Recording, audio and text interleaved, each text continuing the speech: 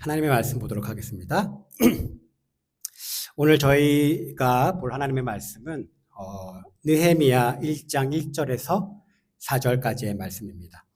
저희가 오늘부터 이제 느헤미야서를 보기 시작할 겁니다. 그래서 오늘은 그 첫 번째 시간으로 느헤미야 1장 1절에서 4절까지의 말씀을 보도록 하겠습니다. 제가 봉독해 드리겠습니다. 하가랴의 아들 느헤미야의 말이라. 아닥사스다 왕 제20년 기슬르월에 내가 수산궁에 있는데 내 형제들 가운데 하나인 하나니가 두어 사람과 함께 유다에서 내게 이르렀기로 내가 그 사로잡힘을 면하고 남아있는 유다와 예루살렘 사람들의 형편을 물은즉 그들이 내게 이르되 사로잡힘을 면하고 남아있는 자들이 그 지방 거기에서 큰 환난을 당하고 능욕을 받으며 예루살렘 성은 허물어지고 성문들은 불탔다 하는지라. 내가 이 말을 듣고 앉아서 울고 수일 동안 슬퍼하며 하늘의 하나님 앞에 금식하며 기도하여. 아멘. 우리가 가지고 있는 이 성경에는요, 수많은 스토리들이 들어 있습니다. 믿음의 조상 아브라함의 스토리도 있고요. 출애굽과 가나안 정복을 이끌었던 모세와 그리고 여호수아의 스토리, 그리고 이스라엘의 마지막 사사였던 사무엘의 스토리, 그리고 사울과 다윗을 비롯한 북이스라엘과 남유다 왕들의 스토리까지 굉장히 흥미진진하고 때로는 감동적이며 때때로 슬픈 스토리들이 우리가 가지고 있는 성경이 66권 안에 들어 있습니다. 여러분들은 이 많은 스토리 중에 성경에서 어떤 스토리를 가장 좋아하십니까? 물론 당연히 하나님께서 우리에게 들려주시는 성경 66권의 모든 이야기가 다 귀하고 소중합니다. 그러나 이 사람 각자의 선호도에 따라서 더욱 인상적이고 마음에 많이 남아있는 스토리가 있는 것 같습니다. 저는요, 이 에스라와 느헤미야의 스토리를 가장 좋아합니다. 대학교 4학년 1학기 때 제가 전공 필수 과목을 하나 듣게 되었는데요. 그 수업의 이름은 유대교의 기원과 초대 기독교라고 하는 그런 수업이었습니다. 신학적인 전문 용어로 얘기하자면 이 부분을 제2차 성전 시대사라고 말합니다. 이 시기는요, 바벨론 포로기 1차 귀환을 시작으로 로마 제국에 의해서 다시 재건된 두 번째 성전이 파괴되는 AD 기원 후 70년경까지의 시간을 말합니다. 이 AD 70년이면 예수님이 승천하시고 나서 대략 한 40년 정도의 시간이 흐른 뒤를 말하죠. 그래서 제2차 성전 시대사는 대략 한 600년 정도의 기간을 의미합니다. 그리고 이 시기의 시작점, 바로 그 스토리를 들려주고 있는 성경이 바로 에스라와 느헤미야서입니다. 20대 때 제가 교회에서는 거의 들어보지 못했던, 물론 지금도 교회에서 자주 듣기 어려운 설교 본문입니다. 이 에스라와 느헤미야의 이야기는 저에게 있어 굉장히 흥미로웠고 또한 감동적이었고 그리고 또한 슬픈 감정이 들게 했던 그 20대 때의 기억이 있습니다.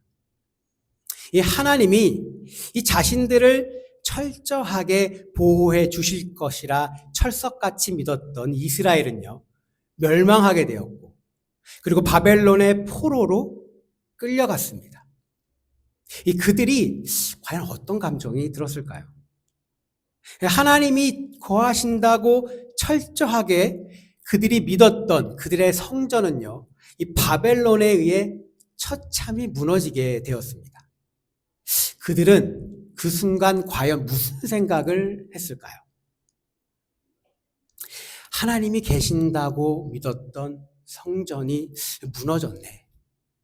그러면 우리가 믿는 그 하나님은 어디에 계신 거지? 하나님이 우리를 버리신 건가? 그럼 이제 우리는 뭘 어떻게 해야 할까? 우리가 무엇을 잘못했는지, 어떻게 해야 이 상황을 바로잡을 수 있을까? 그들에게 아마 수많은 좌절과 질문들을 가져다 주었을 것 같습니다.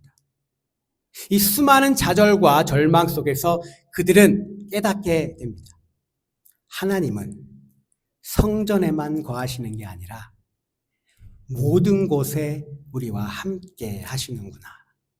그때부터요, 그들은 성전이 아닌 이 하나님 말씀에 집중하기 시작합니다. 그들의 삶의 방향이 바뀌게 된 것이죠. 물론 오랜 시간이 흘러 예수님 때에 이르러서는 그들이 집중하던 그 말씀이 율법에 대한 집착으로 물론 변질되기는 했죠. 오늘부터 우리가 살펴보게 될 이 느헤미야는 그들의 수없는 질문과 반성을 통해 무너진 하나님의 백성들로서 그들의 신앙을 회복하기 위한 여정, 바로 그 여정을 그리고 있습니다. 오늘부터 우리는 성경 느헤미야를 통해 인간 느헤미야의 안내를 받아 그와 함께 회복의 여정을 한번 떠나보려고 합니다. 그에게서 우리는 회복과 개혁이라고 하는 하나님의 이 아름답고 위대한 그 일을 어떻게 준비하고 그 꿈을 어떻게 나눴으며 그 과정 가운데 벌어지는 그들의 싸움과 갈등 그리고 방해가 그들을 어떻게 만들었고 그들이 그것들을 어떻게 대처해 나갔는지 바로 그것을 우리가 배우게 될 것입니다. 그리고요, 우리는 그들의 회복의 여정에 함께하며 우리의 믿음과 신앙 그리고 현재 우리 교회가 진정 가야 할 방향에 대한 그런 지혜를 얻게 되기를 저는 좀 간절히 소망합니다. 다시 교회다운 교회가 되고 그리스도인다운 그리스도인이 되는 우리의 회복의 여정, 그것을 우리 느헤미야와 함께 한번 떠나보도록 하겠습니다. 이 느헤미야를 우리가 바르게 이해하기 위해서는 그 시대의 약간 역사적인 배경의 이야기로 시작해야 합니다. 물론 저는 학창 시절에 국사 혹은 세계사와 같은 역사 관련된 수업을 굉장히 좋아했습니다. 그래서 저는 너무나 재미있고 너무나 흥미로운데 역사 수업을 좋아하지 않으셨던 분들에게는 조금은 지루하고 흥미가 떨어질 수도 있을 것 같습니다. 그러나 이 성경 안에 드러난 이스라엘의 역사의 흐름을 우리가 살펴보는 것은 너무나도 중요한 일입니다. 왜냐하면요, 바로 그 역사 곳곳에 하나님이 일하고 계시는 것을 우리가 발견할 수 있기 때문입니다. 느헤미야의 스토리, 바로 이 느헤미야의 스토리를 시작하며 우리는 우선 두 가지의 질문을 한번 생각해 봐야 합니다. 첫 번째는 느헤미야 1장 1절이 시작되는 이 시점은 바벨론에 의해 남유다가 멸망한 후 어느 정도 시간이 흘렀으며 그리고 그 기간 동안 어떤 일이 있었는가. 두 번째는요, 그래서 도대체 느헤미야는 누구냐입니다. 오늘 말씀 1절을 먼저 보면요, 느헤미야의 스토리가 시작되는 시점을 말해주고 있습니다. 바로 아닥사스다 왕 제20년입니다. 아닥사스다 왕 제20년. 이 페르시아의 아닥사스다 왕이 즉위한 지 20년이 된 그 시점을 의미하는 겁니다. 이 사람이 왕이 된 지 20년이 되었다는 의미죠. 이 정확한 연도에 대해서는 이 학자마다 의견이 조금씩 다릅니다. 근데요, 이때 대략 기원전 456년 혹은 445년에서 6년 정도로 보는 것이 학계의 정설입니다. 이 바벨론에 의해 남유다가 완전히 멸망한 시기가 이 기원전 568년이니까 현재 느헤미야가 시작되는 시점은 남유다가 멸망한 후 대략 130년에서 140년 정도의 시간이 지난 그 시점입니다. 이 강산이 변해도 최소 10번 이상은 변했을 시간이죠. 그래서 이 기간 동안 굉장히 많은 일이 일어나게 됩니다. 먼저 이 남유다를 멸망시켜서 정복했던 바벨론이라는 나라가 이 페르시아, 이 성경에서는 바사라고 하는 국가죠. 이 페르시아, 바로 우리가 잘 아는 페르시아의 왕, 바사 왕 고레스에 의해서 멸망해 버립니다. 이 페르시아가요, 그 동부의 패권을 잡은 후에 이 스룹바벨이라고 하는 사람과 함께 1차 포로 귀환이 이루어지게 됩니다. 이것은 에스라서의 초반, 이 중심 내용이고요. 그들은 자신의 땅에 돌아와 무엇을 합니까? 바로 무너졌던 성전을 재건하는 것을 시도합니다. 물론 여러 가지 문제로 인해 그들이 귀환한 지 한 20년이 지나서야 성전이 완공되게 되죠. 그리고 1차 포로 귀환 후 대략 한 70년에서 80년이 지난 후에 우리가 잘 아는 이 에스라와 함께 2차 포로 귀환이 이루어지게 됩니다. 이때가 오늘 느헤미야 본문에 나오는 왕 바로 아닥사스다가 즉위한 지 7년째 되는 해였습니다. 그러니까 느헤미야서가 시작되는 시점에서 13년 전이 되겠네요. 여러분, 페르시아의 황후가 되었던 에스더가 누군지 잘 아시죠? 이 에스더서는 성경의 배치상 느헤미야, 에스라, 느헤미야, 에스더. 그래서 에스더 뒤에 위치해 있죠. 그런데 실제 에스더의 스토리는 아닥사스다 왕의 아버지인 아에수에로 왕 때 일어난 사건입니다. 그러니까 이것이 의미하는 것은요, 역사적 순서에 의하면 에스더의 이야기는 에스라의 2차 포로 귀환과 느헤미야의 이야기보다 훨씬 전에 일어났던 일이다라고 우리가 이해하면 되겠습니다. 아무튼 에스라와 함께 2차 포로 귀환이 있은 지 13년이 지났습니다. 아닥사스다 제20년, 바로 오늘 본문 느헤미야의 스토리가 시작됩니다. 그렇다면 이 스토리의 주된 인물인 느헤미야, 도대체 그는 누구일까요? 이 느헤미야에서의 맨 첫 구절은 이 책에 기록된 모든 내용의 저자가 느헤미야임을 밝히면서 시작하고 있습니다. 그리고 느헤미야는요, 자신을 무엇이라 소개하고 있습니까? 하가랴의 아들 느헤미야로 소개하고 있습니다. 그런데요, 사실 그의 아버지 하가랴에 대해서는 전혀 알려진 바가 없습니다.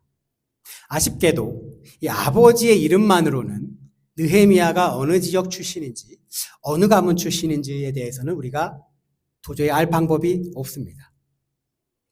1절을 시작하며 자신을 소개한 느헤미야는 뒤이어 아닥사스다 왕 제20년 기슬르월에 내가는 느헤미야를 말하는 것이죠. 내가 수산궁에 있는데 라며 지금 이 글을 쓰고 있는 자신이 어디에 있는지 밝히고 있습니다. 이 기슬르월은 우리 현대의 그 달력으로 보면 11월 중순부터 한 12월 중순까지를 말합니다. 이 아닥사스다 왕이 페르시아를 다스린 지 20년 되던 해, 그 추운 겨울, 느헤미야는 자신이 어디에 있었다 말하고 있습니다. 바로 수산궁에 있었다, 이렇게 말하고 있죠. 이 수산은요, 페르시아 제국의 수도입니다. 현재 그 이란 남서부에 위치한 도시인 수스라고 하는 도시가 바로 이 수산이었다고 합니다. 그곳을 발굴한 이 프랑스의 한 고고학자는 그 궁전의 화려함이 사람을 놀라게 할 정도였다라고 말했습니다. 이 느헤미야는 지금 페르시아의 화려한 수산궁에 지금 있습니다. 그가 수산궁에 있는 이유는 이 느헤미야 1장 11절 후반부에서 우리가 찾아볼 수 있습니다. 이 11절 후반부를 보면요, 그때에 내가 왕의 술 관원이 되었느니라, 이렇게 느헤미야가 말하고 있습니다. 이 느헤미야는요, 왕에게 술잔을 올리는 술관원이었던 겁니다. 그런데요, 술관원이라고 해서 절대 지금 우리가 사는 시대에 무슨 바텐더거나 아니면 웨이터를 생각해서는 안 됩니다. 그리고 별 볼 일 없는 하찮은 직책이라고 생각해서도 절대 안 됩니다. 이 당시에 왕의 대적들이 술에 독을 타서 암살을 하는 경우가 많이 있었기 때문에 이 술관원은요, 왕의 절대적인 신뢰를 받은 사람만이 임명될 수 있는 자리였습니다. 즉 술관원이란 그 직책은 굉장히 높은 관직 중에 하나였고요. 왕의 총애를 받기 때문에 사람들의 존경을 받는 자리였고 함부로 대할 수 있는 자리가 아니었다는 겁니다. 이 느헤미야는요, 당시 세계 최강국 이 페르시아 바사 왕이 가장 신뢰하는 사람 중에 한 명이었다라는 것이고요. 그의 핵심 최측근이었다는 것을 보여줍니다. 사실 성경에서는요, 이 느헤미야에 대해서 제공해주는 정보는 이게 답니다. 우리가 알 수 있는 것은 여기까지입니다. 그러나 괜찮습니다. 느헤미야의 가장 중요한 스토리는요, 이제부터 시작되기 때문입니다. 오늘 본문 2절에서는요, 어느 추운 겨울날에 느헤미야는 누군가를 만나게 됩니다. 2절을 보겠습니다. 내 형제들 가운데 하나인 하나니가 두어 사람과 함께 유다에서 내게 이르렀기로.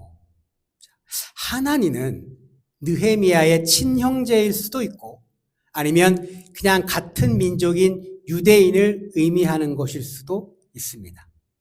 이 하나니는 그리고 두어 사람은 확실한 것은 페르시아에 사는 유대인들이었던 것 같습니다. 그들이 예루살렘에 방문한 후에 자신의 집으로 돌아가던 중에 수상궁에서 지금 느헤미야를 만난 것으로 보여집니다. 그들을 만난 느헤미야는요, 2절 후반부에서 이렇게 말을 합니다. 내가 그 사로잡힘을 면하고 남아있는 유다와 예루살렘 사람들의 형편을 물어보았다라고 말합니다. 저는요, 느헤미야가 이 하나니와 그의 일행들에게 한 이 질문, 물음이 처음에는 조금 의아하게 느껴졌습니다. 왜냐하면요, 느헤미야는 페르시아에서 태어나 그곳에서 평생을 살아온 4세대 유대인이었기 때문입니다.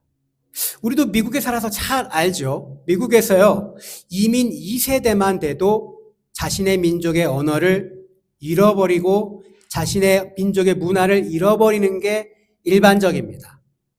근데 느헤미야는요, 무려 포로 4세대 유대인입니다. 4세대. 이 페르시아의 왕의 신임을 받는 최측근이었고요.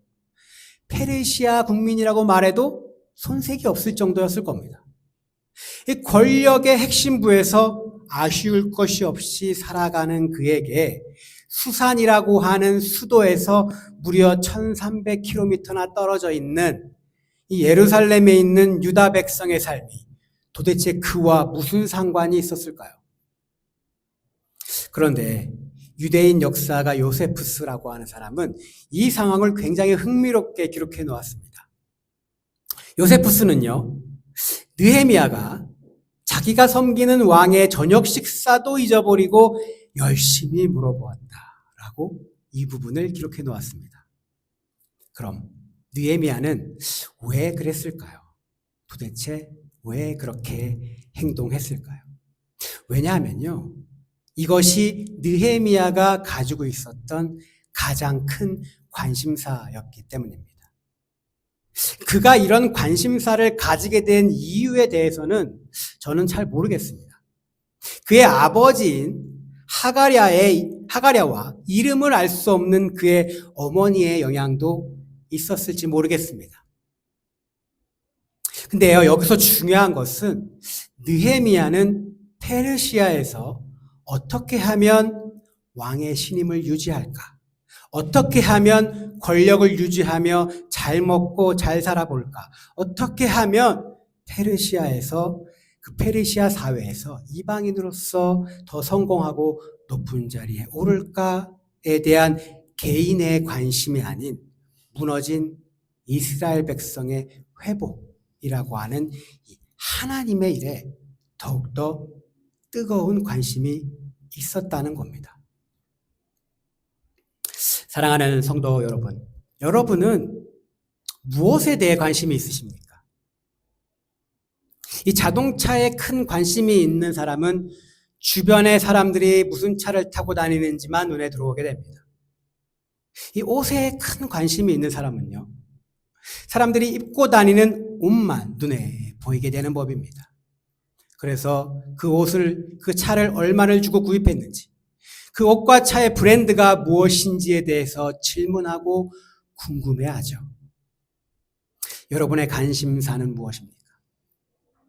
여러분은 요즘 무엇을 가장 궁금해하고 무엇을 가장 많이 질문하고 계십니까? 우리의 관심과 마음이 어디에 있는지는 너무나도 중요합니다. 왜냐하면요, 그 사람의 관심이 그 사람의 삶의 방향을 결정하기 때문입니다. 일상의 삶에서의 살아가는 태도와 자세를 그 관심사가 만들어내기 때문입니다. 우리 교회의 가장 큰 관심사는 어디에 있을까요? 우리 교회는 일상의 삶에서도 하나님께 예배하는 마음과 자세로 살아가는 것, 바로 여기에 우리 교회의 관심과 마음이 있습니다. 교회의 관심사가요, 교회의 방향을 결정하게 되는 겁니다.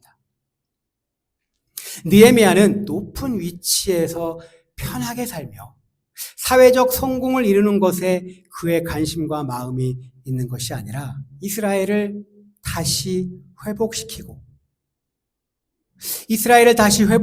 싶어 하시는 그 간절한 하나님의 마음이 있는 곳에 그의 마음도 있었습니다. 이 좌절과 절망 속에 일상이 무너져버린 유대 백성들에게 가 있는 그 하나님의 관심이 그곳에 느헤미야의 관심도 있었다는 겁니다. 여러분, 그럼 지금 하나님의 가장 큰 관심사는 무엇일까요? 지금 하나님의 마음은 어디에 있을지 우리가 한번 진지하게 고민해 보면 좋겠습니다. 내 출세나 성공, 교회의 양적 부흥과 화려한 외관이 지금 하나님의 큰 관심사일까요? 우리끼리 교회라는 이름으로 모여 교회 안에서 우리끼리 늘 즐겁고 그저 종교 생활을 해나가는 일이 하나님의 가장 큰 관심사일까요? 우리의 관심사를 우리가 한번 점검해 보기를 저는 소망합니다. 하나님의 가장 큰 관심사가 무엇인지 말씀을 통해서 우리가 계속 한번 확인해 나가기를 소망합니다. 그래서 하나님이 관심을 두는 일에 우리의 관심을 두고 하나님의 마음이 있는 곳에 우리의 마음도 있기를 간절히 소망합니다. 또한 하나님의 비전이 있는 곳에 우리 교회의 비전도 있기를 간절히 소망합니다. 이제 다시 느헤미야의 스토리로 또 다시 돌아가 보죠. 느헤미야의 질문에 대해 그들이 뭐라고 대답하고 있습니까? 오늘 3절 말씀입니다. 그들이 내게 이르되 사로잡힘을 면하고 남아있는 자들이 그 지방 거기에서 큰 환난을 당하고 능력을 받으며 예루살렘 성은 허물어지고 성문들은 불탔다 하는지라. 느헤미야는요, 그들에게 예루살렘과 그곳에 있는 유다 백성들의 형편을 들으며 그들이 현재 어려움 없이 잘 살고 있을 것이라 기대했을지도 모르겠습니다.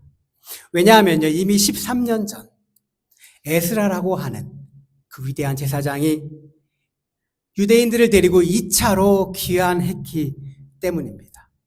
느헤미야가 생각할 때 13년 정도의 세월이 흘렀으면 이제 어느 정도 그들의 삶이 하나님 백성으로서의 그들의 신앙이 어느 정도는 회복되었겠지라고 생각했을지도 모르겠습니다. 그러나 그들의 대답은요, 유다 백성들 안에 있는 내부의 적과 또한 이방인들, 즉 외부의 적으로 인해 그들은 환난을 당하고 또한 능욕을 당했으며 심지어 남유다가 멸망했을 당시 무너졌던 그 예루살렘의 성벽과 성문도 140년이 지난 지금까지 여전히 무너진 그 상태로, 불탄 그 상태로 있었다는 겁니다. 우리가 느헤미야서를 읽다 보면요, 느헤미야서의 초반부터 중반까지 나오는 주된 내용이 있습니다. 그것이 무엇입니까? 바로 예루살렘의 성벽을 재건하는 일입니다. 이 성벽이 무너져 내린 것이 분명히 가나안 땅에 남아있던 유다 백성들이 환난과 능욕을 당했던 가장 주요한 원인 중에 하나였을 겁니다. 왜 그럴까요? 왜냐하면요, 이 성벽과 성문은 다른 나라의 침략을 막아주는 아주 중요한 역할을 했기 때문입니다. 이 무너진 성벽은요, 이 가나안 땅 주변의 이방 민족들이 자주 침범해서 그들을 약탈하고 능욕하는 일을 아주 쉽고 편하게 할 수 있도록 만들어 주었던 것입니다. 아마도요, 제 생각에는 느헤미야가 하나님과 주어진 이 소식을 들었을 때, 아마 그때 그들의 회복을 위해서는 반드시 먼저 예루살렘 성벽을 재건해야겠다라는 비전을 품게 되지 않았을까 싶습니다. 그리고 오늘 말씀에서 한 가지 더 주목해야 할 것이 있습니다. 그것은요, 이 소식을 들은 이 느헤미야의 구체적인 반응입니다. 그의 구체적인 반응은요, 4절에 나와 있습니다. 오늘 말씀 4절 말씀을 우리가 다시 보겠습니다. 내가 이 말을 듣고 앉아서 울고 수일 동안 슬퍼하며 하늘의 하나님 앞에 금식하며 기도하여. 그 소식을 들은 느헤미야의 반응은 말할 수 없는 슬픔과 눈물이었습니다. 앞에서도 얘기했지만 그는 바벨론 포로로 끌려온 유다 백성 4세대의 유대인입니다. 4세대. 이 페르시아에서 태어나 자라 페르시아 왕을 위해 일하는 사람입니다.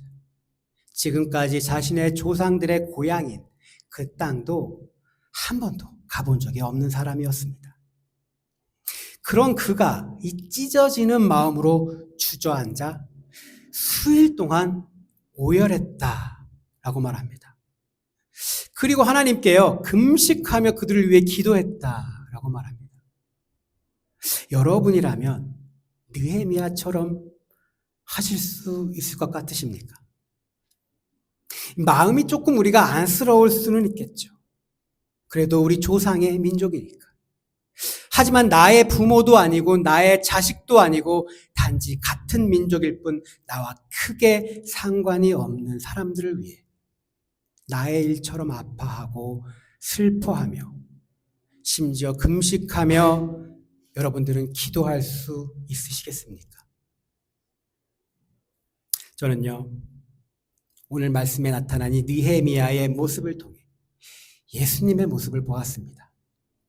예수님이 하신 모든 사역, 예수님이 하신 모든 행동들, 그리고 예수님이 그렇게 행동하게끔 만든 그 내적인 동기에는 분명 그의 백성, 그의 사람들을 불쌍히 여기는 그 마음, 긍휼함이 예수님 마음 한가운데 있었기 때문입니다.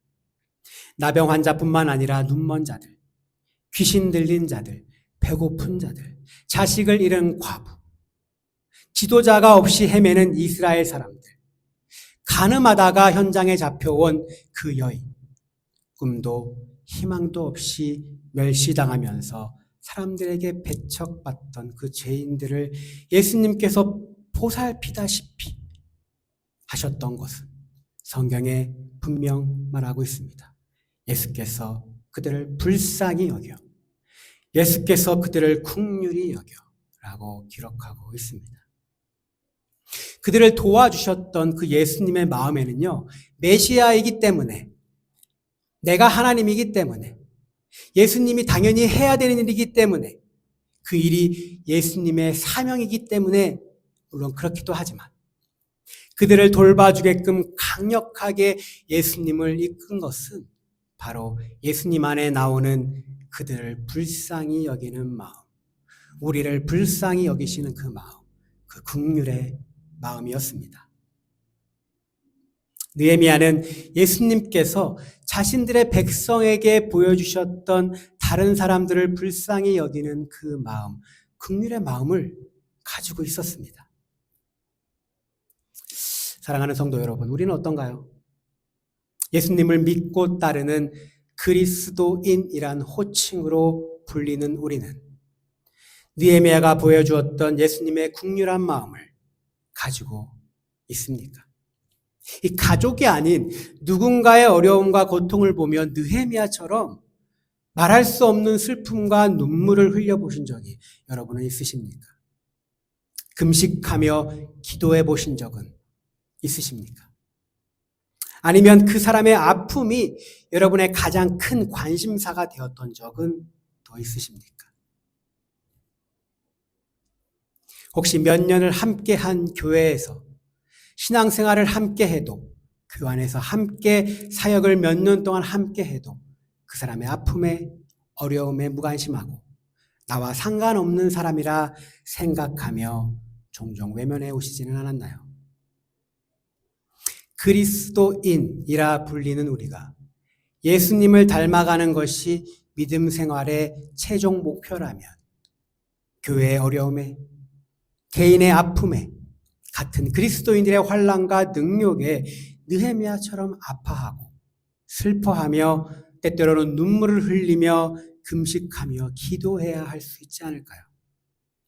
아픔과 어려움에 처한 자들을 불쌍히 여기는 긍휼한 마음으로 그들을 바라봐야 하지 않을까요? 바로 아픔과 어려움에 처한 자들을 불쌍히 여기는 긍휼한 그 마음이 바로 하나님의 마음이 있는 곳입니다. 오늘 본문 말씀 느헤미야 1장 1절에서 4절의 말씀을 제가 묵상하면서요. 왜 하필 느헤미야였을까? 하나님의 일이었던 하나님의 백성의 회복의 여정을 이끄는 리더로서 왜 다른 사람이 아닌 수상궁에서 아닥사스다 왕의 술관원으로 일하고 있는 왜 그 느헤미야를 하나님께서 선택하셨을까에 대한 질문에 답을 찾게 되었습니다. 하나님이 관심을 두고 있는 곳에 느헤미야도 관심을 두었고 하나님의 마음이 있는 곳에 느헤미야의 마음이 있었으며 느헤미야는 하나님의 긍휼한 마음을 가지고 있던 바로 회복의 리더로서 가장 하나님 마음에 합한 자였던 것이었습니다. 그리고 예루살렘의 형편을 듣자마자 아닥사스다 왕에게 가서 자기의 민족의 어려움을 말하고 즉각 도움을 청할 수 있는 위치와 권력이 있었음에도 그렇게 하지 않고 무엇보다 먼저 금식하며 하나님께 기도했던 느헤미야. 하나님은 그를 통해 하나님의 일을 시작하셨습니다. 여러분, 느헤미야라는 이름의 뜻이 무엇인지 아십니까? 느헤미야는요, 하나님이 위로하신다라는 뜻입니다. 하나님이 위로하신다. 유다 백성들의 죄악으로 인해 심판하셨던 하나님, 이제 그들을 위로하시기로 작정하신 하나님의 그 마음을 우리가 느헤미야의 이름을 통해서도 볼 수 있습니다. 이제 매주일 느헤미야를 통해 무너진 하나님의 백성의 삶과 신앙을 회복시키는 하나님의 일하심을 우리가 보게 될 것입니다. 이 느헤미야의 스토리는요, 하나님의 일에 대한 그의 관심, 하나님 백성을 불쌍히 여기는 그 마음, 그리고 그들을 향한 간절한 기도로 시작되었습니다. 이는 사실 대단한 일이 아닙니다. 대단한 에너지를 필요하는 일도 아닙니다. 큰 돈이 드는 일도 아니죠. 우리에게 어떠한 무한한 체력을 요하는 것도 아닙니다. 단지 나의 관심과 나의 마음, 그리고 나의 기도, 그것뿐입니다. 누구나 할 수 있는 작은 일입니다. 그러나 그 작은 일을 통해서 하나님의 일은 시작된다는 것이죠. 모든 혁명의 처음은 어떤 사람의 머릿속에 있는 생각이었다라는 말이 있습니다. 세계의 역사를 바꾼 중세시대의 종교개혁도 마틴 루터가 비텐베르크 성당문에 건 95개조의 방방문이라고 하는 아주 작은 일로 시작되었습니다. 하나님의 관심사가 우리의 관심사가 되고 하나님의 긍휼한 마음이 우리의 마음이 되어 우리가 기도를 놓지 않는다면 우리를 통해서 믿음과 교회의 회복이 필요한 이 시대에도 하나님의 회복의 역사가 시작될 것입니다. 사랑하는 성도 여러분, 느헤미야의 스토리를 살펴보며 우리가 하나님의 관심사를 찾는 그 여정, 예수님의 긍휼함을 배워가는 여정, 그리고 우리의 아픔과 어려운 삶 속에서 하나님의 위로하심을 경험하는 그러한 여정이 되기를 주님의 이름으로 간절히 축복합니다.